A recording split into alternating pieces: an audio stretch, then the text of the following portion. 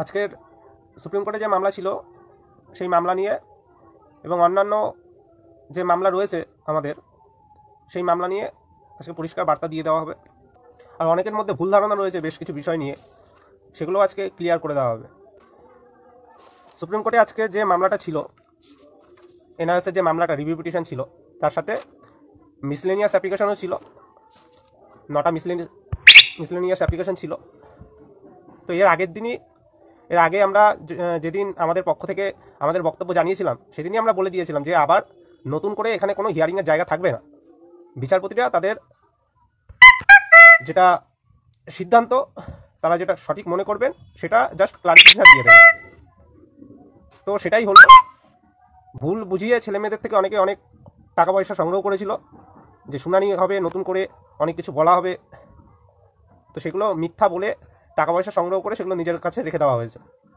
তো আমরা এর জন্য আগে থেকেই বলেছিলাম, উকিলদের সাথে কথা বলে, যে এখানে নতুনভাবে কিন্তু শুনানির জায়গা নেই। যেখানে অনেক মানুষের ভবিষ্যৎ জড়িয়ে থাকে, সেখানে সুপ্রিম কোর্ট একটা মানবিক দিক থেকে সবসময় দেখে। এর আগেও বিএডের যখন বিষয়টা এসেছিল, বিএডের ক্ষেত্রেও সবাই ভুল বুঝিয়ে ছেলেমেয়েদের থেকে টাকা তুলেছিল যে যারা যারা বিএড দিয়ে চাকরি করছে সবাইকে বাদ করে দেবে। আমরা তখন জানিয়েছিলাম যে এটা সম্ভব নয়, যেটা বাস্তব সেটা বলে চলতে হবে। ছেলেমেয়েদের অনেক ভুল বুঝিয়ে যে 7,000 8,000 শিক্ষককে আমাদের পশ্চিমবঙ্গ থেকে বাদ দিয়ে দেবো এবং অনেক ভ্যাকান্সি তৈরি হবে, সেই ভুল বুঝিয়ে অনেকে অর্থ সংগ্রহ করে সেই অর্থ নিজেদের কাছে রেখে দিয়েছে। এর আগে বিএডের ক্ষেত্রে আমরা বলেছিলাম যে বিএডের ক্ষেত্রে যখন রিভিউ পিটিশন হয় তখন প্রথম দিন আমার এখনও মনে আছে, আমি তখন প্রায় 12টা বাজতে যায়। আমি শিয়ালদা থেকে উকিলের সাথে কথা বলে, আমাদের 5ম শ্রেণীর মামলা ছিল, সেই নিয়ে কথা বলে আমি বাড়িতে আসছিলাম। তখন স্টেশনে বসে আমি লাইভ করে সেদিন বার্তা দিয়েছিলাম যে কি হতে চলেছে। হুবহু দেখা গেল যে কিছু মাস পরে হুবহু সেম অর্ডার হয়েছে। একটা রায় কি হতে চলেছে সেটা তো অনেকটা অ্যাজাম্পশন করা যায়। সেদিন বিএডের ক্ষেত্রে যেটা বলেছিলাম সেটা সম্পূর্ণটাই মিলে গেছিল, যে শুধুমাত্র ইন সার্ভিস থেকে। একই রকমভাবে আজকে এনআরএসের ক্ষেত্রে যেটা হলো, এনআরএসের ক্ষেত্রে যেটা আভাস দিচ্ছিলাম আমরা যে এটা মানবিক দিক থেকে সুপ্রিম কোর্ট দেখবে, তো সেটাই সুপ্রিম কোর্ট মানবিক থেকে দেখেছে। সুপ্রিম কোর্ট বলেছে এনআরএসদের যে তারা নতুন নিয়োগে যখন ঢুকবে তখন তারা অ্যালাউ হবে, কারণ এখানে অনেকে জড়িত রয়েছে। সুপ্রিম কোর্ট যদি বলতো যে এই ডিগ্রিটা পুরোপুরি অবৈধ, যেটা আগের অর্ডারটা অনুযায়ী হচ্ছিল যে 2 বছরের ডিগ্রির কোনো মতেই সমান নয়, তাহলে তো এদের সকলের চাকরি চলে যাওয়া উচিত ছিল, কারণ এরা 2019 সালের মধ্যে নিজেদের যোগ্যতায় অর্জন করতে পারেনি, যেটা হওয়া উচিত ছিল। তো সেই সময় বাধ্য হয়ে এই কোর্সটা করা হয়েছিল। 18 মাস সময় হাতে ছিল, তাই 18 মাসের মধ্যে এই কোর্সটা করা হয়েছিল এবং সেখানে 6 মাসের পড়াশোনা, এক্সট্রা পড়াশোনাটা ওই কোর্সের মধ্যেই তারা অনলাইনের মাধ্যমে করিয়েছিল, সাবস্ট্রিম কোটাটা ইউজ করেছিল। তো স্বাভাবিকভাবে তাদের আজকে ভ্যালিড করে দিয়েছে সুপ্রিম কোর্ট, তারা পরবর্তীকালে নিয়োগগুলোতে আসতে পারবে। এবং এক্ষেত্রে যারা বলছিল যে চলতি নিয়োগ, মানে 2022-এ যে নিয়োগটা হলো আমাদের রাজ্যে, সেটাও ঘেটে যাবে, যারা বলছিল, সেটা আশা করি হবে না। সুপ্রিম কোর্ট পরিষ্কার বলে দিয়েছে, তারা যেদিন জাজমেন্ট ঘোষণা করেছে, হ্যাঁ, চলতি নিয়োগ যেগুলো আমাদের জাজমেন্টের পরে হয়েছে সেগুলোতে অসুবিধা হতে পারে। সুপ্রিম কোর্ট বলেছে তাদের জাজমেন্টের আগে যা হয়েছে, জাজমেন্টের পরে যেগুলো হবে সেগুলো সুপ্রিম কোর্টের এই ক্লারিফিকেশন মেনে করতে হবে। তো এনআরএসরা আবার নতুনভাবে সুবিধা পাবে। তো এটার পাশাপাশি আরও একটা যেটা বিষয় নিয়ে খুব জেনে বুঝে খুব চালাকির সাথে ভুল ছড়ানো হচ্ছে, সেটা নিয়ে আজকে ক্লিয়ার করা হবে। আর ওবিসি নিয়ে যে সমস্ত আমাদের বন্ধুরা রয়েছেন, তাদের মধ্যে অনেকের মধ্যে ভ্রান্ত ধারণা রয়েছে। আপনারা তো শিক্ষক হতে চলেছেন, একটু নিজে পড়াশোনা করবেন, অন্যের কথাই চলবেন না। একটা হাইকোর্টে অর্ডার হয়েছিল, আপনারা জানেন, ডিভিশন বেঞ্চে। সেই ডিভিশন বেঞ্চের অর্ডার পড়ুন, আপনি দেখুন আগে আপনি ওবিসির কোন ক্লাসের মধ্যে পড়ছেন, একটু নিজে থেকে পড়াশোনা করতে হবে। অনেকের মধ্যে ভ্রান্ত ধারণা আছে যে ওবিসি এ মানে সব ওবিসি এ বাদ হয়ে গেছে, সেটা কিন্তু হয়নি। অনেকে মনে করে যে একটা সম্প্রদায় পুরো বাদ হয়ে গেছে, এগুলো কিন্তু হয়নি। বর্তমানে যে ওবিসির বিষয়টা রয়েছে, আপনারা নিজেরা একটু ঘাটবেন, নিজেরা একটু গুগল করবেন, তাহলেও আপনারা জানতে পারবেন বিষয়গুলো। নিজেরা দেখবেন যে বর্তমান যে হাইকোর্ট বলেছে যে যে ওবিসির ক্লাসগুলো রয়েছে 2010-এর আগে 66টা ওবিসি ক্লাস ছিল। 66টা ক্লাসের মধ্যে পরবর্তীকালে তাদের ওবিসি এ, ওবিসি বি হিসাবেও ভাগ করা হয়েছিল। এবং ওই 66টা ক্লাসের মধ্যে অনেক সংখ্যালঘু বন্ধুরা আমাদের রয়েছেন, তাদের 66টার মধ্যে 12টা সংখ্যালঘু সম্প্রদায় ছিল। এবং তারা এখনও বর্তমানেও কিন্তু ভ্যালিড রয়েছে। এবং সেই 12টা সংখ্যালঘু সম্প্রদায়ের মধ্যে 11টা ওবিসি এ হয়েছিল পরবর্তীকালে, তারা কিন্তু এখনও হাইকোর্টের রায়ের পরেও তারা কিন্তু ভ্যালিড রয়েছে, এমন নয় যে সব বাদ হয়ে গেছে। এবার হাইকোর্ট কি বলেছিল?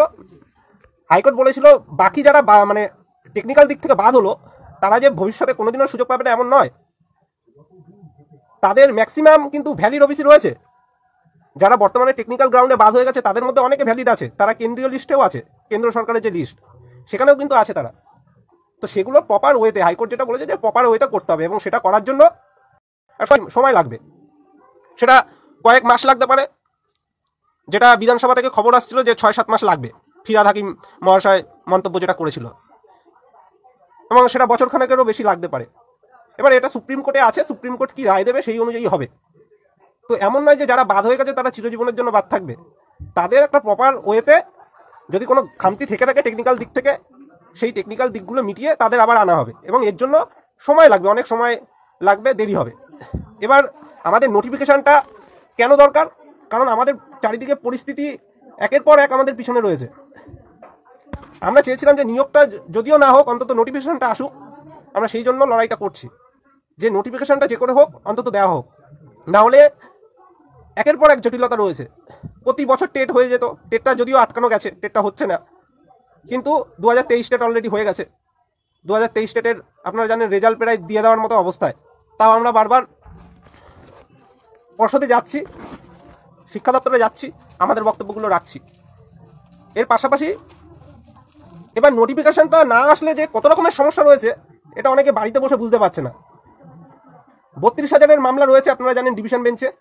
যেদিনই সুপ্রিম কোর্ট থেকে এসএসসি মামলার রায়দান হয়ে যাবে, 2-1 দিন আর শুনানি হয়ে হয়তো রায়দান হয়ে যাবে, তো তারপরেই কিন্তু হাইকোর্টে আমাদের ডিভিশন বেঞ্চে যে প্রাথমিকের মামলা রয়েছে, 2016 নিয়োগ যে বাতিল হয়ে গিয়েছিল, নতুনভাবে করতে বলেছিল, সেই মামলা কিন্তু আবার চালু হয়ে যাবে। এবং সেখানে যদি কোনো একটা তো রায় হবে, নেগেটিভ হোক পজিটিভ হোক, কিছু একটা রায় হবে, এবং সেই রায় হলে কিন্তু নতুন নিয়োগ আর মানে সম্ভব নয়। একটা পুরনো প্যানেলের 40-50 হাজার ছেলে মেয়ে চাকরি করছে এত বছর ধরে, তাদের যদি একটা চাকরিতে এফেক্ট পড়ে, তাদের বাদ দিয়ে কখনোই নতুন নিয়োগ সম্ভব নয়। এই একটা জটিলতা রয়েছে। পাশাপাশি 2014-এর প্রশ্নগুলো রয়েছে, সেখান থেকে যদি আবার আমরা 1 বছরের বেশি হয়ে যায় সুপ্রিম কোর্টে, এখনও ওটাই লড়াই দিতে পারছি, ওইটার একদিন না একদিন তো রায় হবে। সেই রায় হওয়ার পরেও যদি বাই চান্স কোনো নাম্বার আবার বৃদ্ধি পাওয়ার ব্যাপার থাকে, সেখানেও দেখা যাবে অনেকে টেট পাস বেড়ে যাবে, সেই একটা জটিলতা রয়েছে। তো আমরা চাই যে করে হোক একটা শর্ট নোটিশ, যে বর্তমানে হাইকোর্টের যে ওবিসির রায়টা রয়েছে সেই রায়ে বলা হয়েছে যে যারা যারা ওবিসি এ ছিল তাদের যে আলাদা 10% রিজার্ভেশন দেওয়া হতো, সেই রিজার্ভেশনটা এখন দেওয়া হবে না। এটা একটা সমস্যা। তাই সেই 10%টা জেনারেলরা বেশি লাভ পাবে। 100টা সিটের মধ্যে 10টা সিট জেনারেলে বেশি বেড়ে যাবে, এবং জেনারেলরা লাভ পাওয়া মানে বাকি সবাই তার সুবিধা পাবে। কিন্তু এটা এই মুহূর্তে সম্ভব হবে না, কারণ সুপ্রিম কোর্ট যেটা বলবে সেই অনুযায়ী কিন্তু হবে। এর মধ্যে কিন্তু এইসব সিদ্ধান্ত রাজ্য সরকার করবে না, আর করতে পারবেও না, করবে না। তাই এই মুহূর্তে আমাদের একটা শর্ট নোটিশ চাই। সেই শর্ট নোটিশে আমার কোনো রিজার্ভেশনের দরকার নেই। রিজার্ভেশন সুপ্রিম কোর্ট যেটা বলবে সেই অনুযায়ী আপনি পরে দেবেন, ঠিক আছে। ভ্যাকান্সিগুলো সেই রোস্টার অনুযায়ী আপনারা যা করবেন করুন, কিন্তু একটা নোটিফিকেশন দিয়ে রাখলে আমরা পরবর্তীকালে জটিলতাগুলো এড়াতে পারবো। আর নোটিফিকেশন না আসলে খুব সমস্যা হবে। পরবর্তী আমরা চাই শুধুমাত্র 22-এর নিয়োগটা হোক, যেটা প্রত্যেকবার হয়ে আসছে যে একটা টেট পরীক্ষার পরে তারা নিয়োগের সুযোগ পেয়েছে। আমরাও সেটা চাই যে শুধু 22-এর নিয়োগটা হোক। তার জন্য আমরা যেটা যেটা করার সেটা করে যাচ্ছি। সেটা নিয়েও ভুলভাল ছড়িয়ে দেওয়া হচ্ছে। 22 টেটে যারা ওবিসি পাস করেছেন 82 থেকে 89 পেয়ে, তারা অলরেডি সার্টিফিকেটের সুবিধা পেয়ে গেছেন। তাই হাইকোর্টের রায় অনুযায়ী তারা সুরক্ষিত। হাইকোর্ট 3টে পয়েন্ট বলে দিয়েছে, যারা অলরেডি চাকরি করছে তাদের কিছু হবে না, যারা সার্টিফিকেটের সুবিধা পেয়েছে কোনো প্রসেসে তাদের হবে না, তাদের সবাই ট্রিট করতে হবে। পরবর্তীকালে এই রায় যদিও থাকবে না, সুপ্রিম কোর্টের হওয়ার পরে আবার কিছু মডিফাই হবে, বা সুপ্রিম কোর্ট বলার পরে আবার এগুলো নতুন করে হবে এই প্রসেসগুলো। তো তার আগে হাইকোর্ট যেটা বলেছে সেই অনুযায়ী বলছি, শেষ হয়ে যাচ্ছে। তো সেই অনুযায়ী যেটা হাইকোর্টের রায় অনুযায়ী যে রিজার্ভেশনটা রয়েছে, হাইকোর্ট যে 3টে পয়েন্ট বলেছিল, যেটা বলছিলাম যে যারা অলরেডি চাকরি করছে তাদের কোনো অসুবিধা হবে না, যারা সুবিধা পেয়ে গেছে তাদের অসুবিধা হবে না, আর যারা কোনো সিলেকশন প্রসেসে উত্তীর্ণ হয়েছে তাদের কোনো অসুবিধা হবে না। তো এখানে 22 স্টেট পাসরা অলরেডি সার্টিফিকেট পেয়ে গেছে, তারা সুবিধা পেয়ে গেছে, তাদের স্পেশালভাবে দেখতে হবে। আর না দেখতে হলে আমরা সেটারও যদি কেউ বিরোধিতা করে আমরা সেটা নিয়ে পরবর্তীকালে কোর্টে গিয়ে ক্লারিফিকেশন করিয়ে নেবো, এবং পর্ষদে আমরা ওটা নিয়ে আমাদের বক্তব্য রাখছি এবং শিক্ষা দপ্তরও রাখছি, যাতে কারো সমস্যা না হয়। 22 স্টেট পাস যারা করেছেন ওবিসি নিয়ে 90-এর কম পেয়ে, তাদের কারোর যাতে অসুবিধা না হয়, আমরা সেটা নিয়ে সব জায়গায় শিক্ষা দপ্তর থেকে শুরু করে পর্ষদ থেকে শুরু করে দরকার পড়লে আমাদের পরবর্তীকালে যদি কোনো আইনি সমস্যা তৈরি কেউ করার চেষ্টা করে আমরা সেখানেও লড়াই দেবো, তাদের কোনো সমস্যা হবে না। কিন্তু এইটা দেখিয়ে যাদের এখনো রেজাল্ট পাবলিশ হয়নি, যারা ভবিষ্যতে পরীক্ষা দেবে, সেগুলো যাতে সাময়িকভাবে কিছু সময়ের জন্য আটকে রাখা যায়, সেই প্রসেস কিন্তু আমরা করছি। যতদিন না সুপ্রিম কোর্টের থেকে কিছু ক্লারিফিকেশন আছে ততদিন যাতে নতুন বিষয়গুলো আটকে রাখা যায় 22 স্টেট বাদ দিয়ে, সেগুলো আমরা চেষ্টা করছি। আমরা চাই তার মধ্যে আমাদের একটা নোটিফিকেশন অন্তত দেওয়া হোক, সে রোস্টার পরে দেবে, বা সেখানে আমরা বারবার বলেছি যে আপনারা দরকার হলে নোটিফিকেশনগুলো তো লিখে দেওয়ার চেষ্টা করুন, যে আপনারা সুপ্রিম কোর্ট যেটা বলবে সেই অনুযায়ী পরবর্তীকালে করবেন, এরকম আপনারা একটা ডিক্লারেশন দিয়ে অন্তত নোটিফিকেশনটা দিন। সেই নোটিফিকেশনটা আমাদের দরকার। সেই নোটিফিকেশনটা পেলে আমরা অনেক জটিলতা থেকে মুক্তি পাবো, না হলে কিন্তু একের পর এক পরিস্থিতি যা খারাপ হচ্ছে, ওই বললাম 32,000 মামলা, তারপরে আপনার এগুলো রয়েছে। আরও একটা যেটা সার্টিফিকেট, বিএড দিয়ে যারা প্যানিক করেন, এতবার বুঝিয়ে বলা হচ্ছে তারপরে বুঝতে পারছেন না। বিএড সার্টিফিকেট বাতিল, কোনো সার্টিফিকেট বাতিল ওইভাবে হবে না, তারা এমনিই বাতিল হয়ে আছে অলরেডি। তাদের তো বাড়িতে বাড়িতে সার্টিফিকেট রয়েছে, আপনি ওই সার্টিফিকেট কিভাবে বাতিল করবেন? কোর্ট নিজেই মন্তব্য করেছে ওইভাবে তাদের সার্টিফিকেট অলরেডি বাতিল, সেই আলাদাভাবে বাতিল করার কোনো প্রয়োজন নেই। অনেকে যেটা ভাবছেন যে পরবর্তীকালে এই যে ট্রেনিং করছে তারা ঢুকে যাবে, এটা কোনো মামা বাড়ির আবদারের জায়গা নয়। এখানে এটা কোনো অফলাইন নয় যে আপনি আপনার সার্টিফিকেট দেখান আর ঢুকে যান, এটা কোনো অফলাইন প্রসেস নয়, এটা অনলাইন প্রসেস। ওইভাবে কেউ ঢুকতে পারবে না। এই সাধারণ জিনিসগুলো নিজেদেরও বুদ্ধি রাখতে হবে। আপনারা শিক্ষক হতে যাবেন, এইগুলো নিয়ে প্যানিক করেন অনেকে। প্রত্যেক দিন 200-300 উপরে মামলা প্রত্যেকদিন পড়াশোনা করতে হয়, চেক করতে হয়। আপনারা তো একটা পরবর্তীকালে খোঁজ পেলে তারপরে গিয়ে আপনারা বকবক শুরু করে দেন। প্রতিদিন এতগুলো মামলা নজর রাখতে হয়, যেই মামলা নিয়ে প্যানিক শুরু করেন ওগুলো অনেকদিন আগে থেকেই আমরা জানি। একই গ্রাউন্ডের মামলা হবেই তো, অনেকে করবে, অনেক বিএডরাই করছে। রিসেন্টও কদিন আগে করেছে, চলতি নিয়োগেও করেছে, আমাদের টেটেরও ক্ষেত্রে করেছে, যে বিএড রয়েছে, বিএড দিয়ে ফর্ম ফিল আপ করেছিলাম। ওইভাবে হয় না যে বিএড দিয়ে ফর্ম ফিল আপ করে পাস করেছে এবং পরবর্তীকালে যে কোনো ইয়ারে ট্রেনিং করবে এবং সেই সার্টিফিকেট দিয়ে যে ঢুকে যাবে আপনারা ভাবছেন, ওইভাবে হবে না। সব লিস্ট তৈরি করা আছে, কে কি দিয়ে পরীক্ষা দিয়েছে। না হলে আমাদের আরটিআই রিপ্লাই দিল কিভাবে যে কারা কতজন বিএড দিয়ে পাস করেছে, কতজন ডিএলএড দিয়ে পাস করেছে, সব রেডি করা আছে। ওইভাবে কেউ ঢুকতে পারবে না, তাদের সার্টিফিকেট অলরেডি বাতিল। আপনারা শুনানি তো দেখেছেন, না হলে আবার দেখে নেবেন ইউটিউবে শুনানিতে কি বলা হয়েছে। সেখানে পরিষ্কারভাবে বিচারপতিও বলে দিয়েছেন তাদের সার্টিফিকেট অলরেডি বাতিল। আর এমনি আপনি যে টেট পরীক্ষা দিয়েছেন, টেটের ডিক্লারেশন আপনি কি লিখেছেন? টেটের ফর্ম ফিল আপটা যে করেছেন আপনি, অ্যাপ্লিকেশন ফর্ম, নিজের অ্যাপ্লিকেশন ফর্মটা বাড়িতে পড়বেন। সেই অ্যাপ্লিকেশন ফর্মের ডিক্লারেশন আপনার কি লেখা রয়েছে? যে আপনার যদি কোনো যোগ্যতা পরীক্ষার পরে বা আগে অবৈধ প্রমাণিত হয়, তাহলে আপনার পরীক্ষা ক্যান্সেল হয়ে যাবে, আপনার ক্যান্ডিডেটের বাতিল হয়ে যাবে। তো সেটাই তো হয়েছে, বিএড ট্রেনিংটা অবৈধ ঘোষণা হয়ে গেছে তার মধ্যে, সেটা আগে হোক পরে হোক ওটা কোনো ফ্যাক্ট নয়। তাছাড়া সুপ্রিম কোর্টের রায় অনুযায়ী পর্ষদ আলাদাভাবে নোটিফিকেশনও দিয়েছিল। আবারও বলছি, প্রথম থেকে বলে এসেছিলাম যে যাদের নিয়োগের আগে 2টো ডিগ্রি ছিল তারা হাইকোর্টের রায় আনতে পারলে তবেই তারা সেফ থাকবে, এর আগে কিন্তু নয়। তাই এগুলো নিয়েও বেকার প্যানিক করবেন না। প্রত্যেকটা মামলা, প্রত্যেকদিন আমরা 200-300 মামলার উপরে কলকাতা হাইকোর্টে যেগুলো হয় প্রতিদিন আমরা পড়ি, প্রতিদিন নজর রাখি, অনেক সময় নষ্ট হয়। হাইকোর্টের রায় নিয়ে, এই বিএড সার্টিফিকেট বাতিল নিয়ে এই একটা তথ্য আপনাদের বললাম।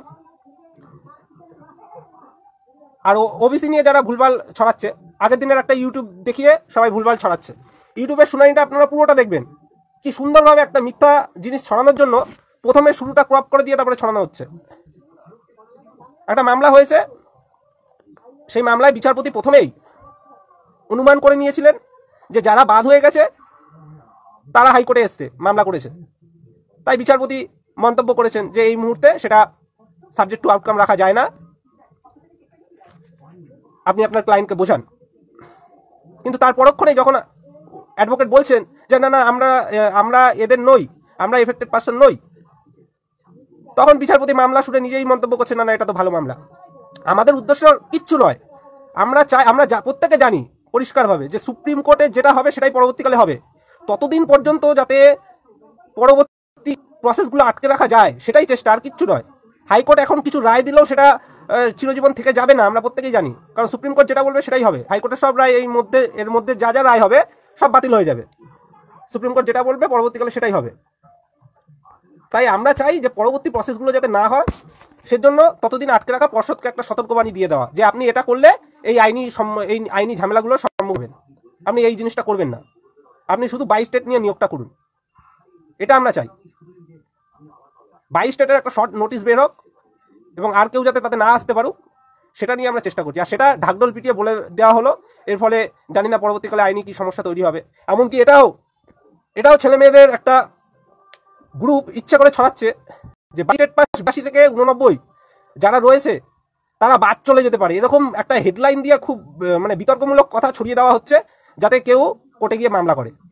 তাই এই ফাঁদে কেউ পা দেবেন না, 22 স্টেট নিয়ে কোনো মামলা করতে যাবেন না। 22 স্টেটের যারা পাস করেছেন 82 থেকে 89 পেয়ে অনুযায়ী প্রত্যেকে সেফ। আমরা শিক্ষা দপ্তর থেকে শুরু করে সব জায়গায় এই দাবি রাখছি, এবং যদি কেউ এটার বিরুদ্ধে মামলা করতে যায় অন্যদের উস্কানিতে, অন্যরা উস্কানি দিচ্ছে লেখাগুলো লিখে যে এদের বাদ দেওয়া সম্ভব, এরা বাদ চলে যেতে পারে, যাতে কেউ গিয়ে মামলাটা করে দেয় টুক করে, এগুলো বলে ছড়িয়ে দেওয়া হচ্ছে ইচ্ছা করে। তাদের সাথে যোগাযোগ করা হলেও যোগাযোগ করছে না ইচ্ছা করে, তাই তারা ইচ্ছা করে এগুলো ছড়িয়ে দিচ্ছে যাতে কেউ হাইকোর্টে গিয়ে মামলা করে 22 স্টেটদের বিরুদ্ধে যে 22 স্টেট এদের আপনারা বাদ দিন। এটা বাদ যাবে না, 22 স্টেট অলরেডি সার্টিফিকেট পেয়ে গেছে, সুবিধা পেয়ে গেছে। তাই 22 স্টেটের যদি কোনো সমস্যা হয় আমরা নিজেরাই সেই মামলা লড়ব। তাই আমরা চাই এই মুহূর্তে একটা শর্ট নোটিশ বেরাক, যেখানে কোনো রোস্টার বলা থাকবে না, তাহলে রাজ্য সরকারেরও সমস্যা নেই, আমাদেরও কোনো সমস্যা নেই, শুধু নোটিশটা দিয়ে দিক। তারপরে হাইকোর্টে, সুপ্রিম কোর্টে আপনার জানুয়ারিতে সম্ভবত শুনানি শেষ হয়ে যাবে, কারণ সুপ্রিম কোর্ট আগের দিন মন্তব্য করেছে যে দরকার পড়লে পরপর শুনানি হবে। 7 তারিখে শুনানির প্রথম থেকে হবে সারাদিন, ওই দিনে রাজ্যের বক্তব্য সব শেষ হয়ে যাবে। তারপরে রেসপন্ডেন্ট পার্টির বক্তব্য হয়তো অন্যদিন শুনবে, তারপরে এক জাজমেন্ট দিয়ে দেওয়া হবে। সেটা কত দ্রুত হয় সেটাই দেখা, এবং সেই জাজমেন্টে কি হতে চলেছে, হতে পারে একটা প্রসেস বলে দেবে সুপ্রিম কোর্ট যে এই প্রসেসে আপনারা আবার করুন, যেটা হাইকোর্টের রায়েও বলা আছে, এবং সেই প্রসেসটা করতে একটা সময় লাগবে, 1 মাস লাগবে, বছরও লাগতে পারে। কিন্তু ততদিনে যদি আমরা নোটিশ না আনতে পারি, তার মধ্যে যে কত সমস্যা তৈরি হয়ে যাবে আমরা নিজেরাও জানি না। সেজন্য আমরা চাই নোটিশটা আসুক, নিয়োগটা একটু পরে হলেও হোক, নোটিশটা আপাতত আসুক। সেই নোটিশ আসার জন্য যেগুলো করার, শুধুমাত্র 22 স্টেট যাতে নিয়োগটা পায় তার জন্য যা যা করা সেটা আমরা করে যাবো।